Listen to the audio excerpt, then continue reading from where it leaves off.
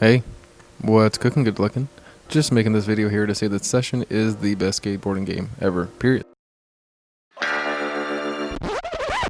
Alright, stop. So before you rip my head off, I need to clarify that I think this is the best skateboarding game for skateboarders. And I'd say definitely for us console peasants, it's definitely the best option. There's Skater XL also on the market, but you know, that game's pretty much only good with mods on PC.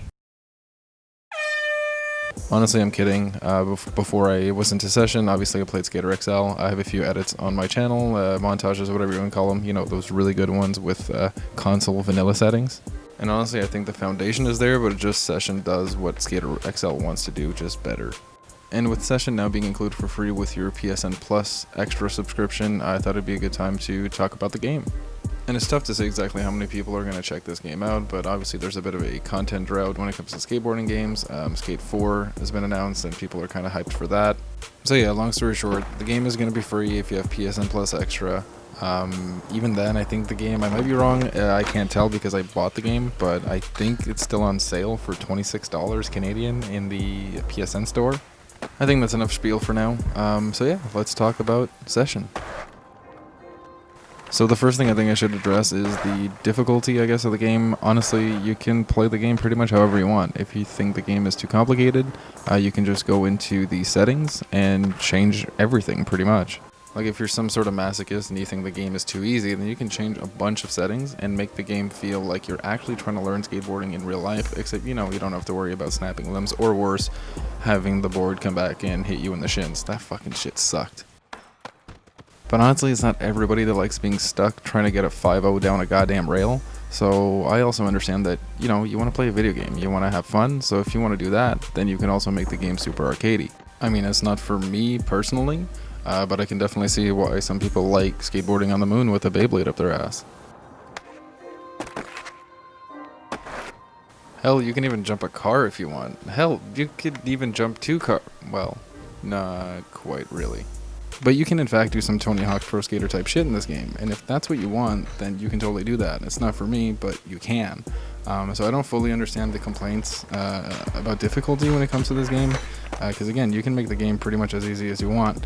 So when people say that, like, oh, Session is like the Dark Souls of skateboarding games, I think that's a little ridiculous.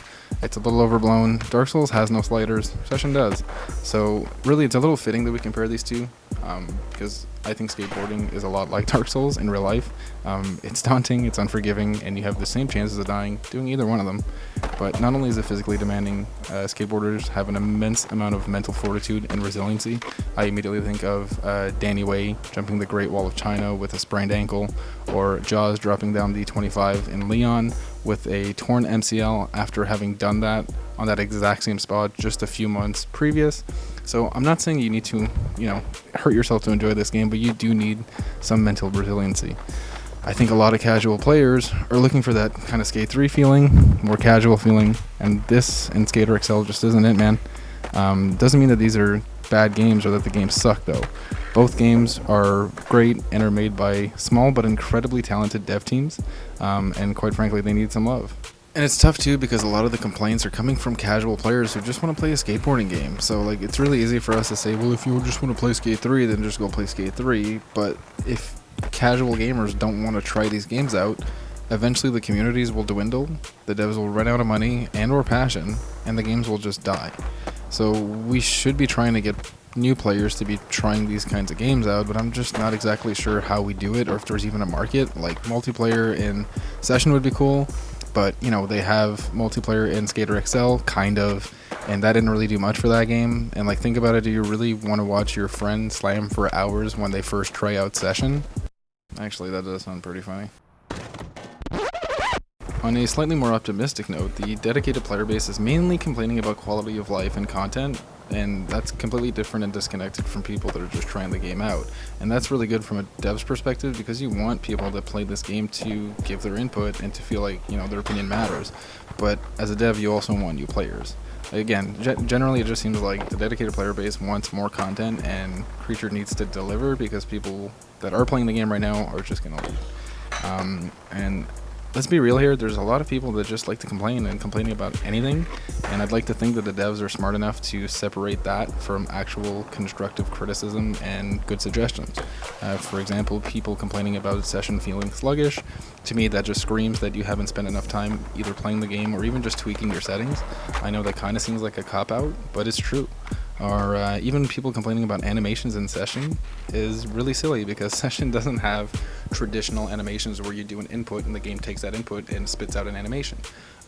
Skater XL has that, and quite frankly, they remind me a lot of Skate 3's animations, which I know is dated, but if, again, white people complaining, isn't that what you want? Isn't that Skate 3? Like, isn't that what people want?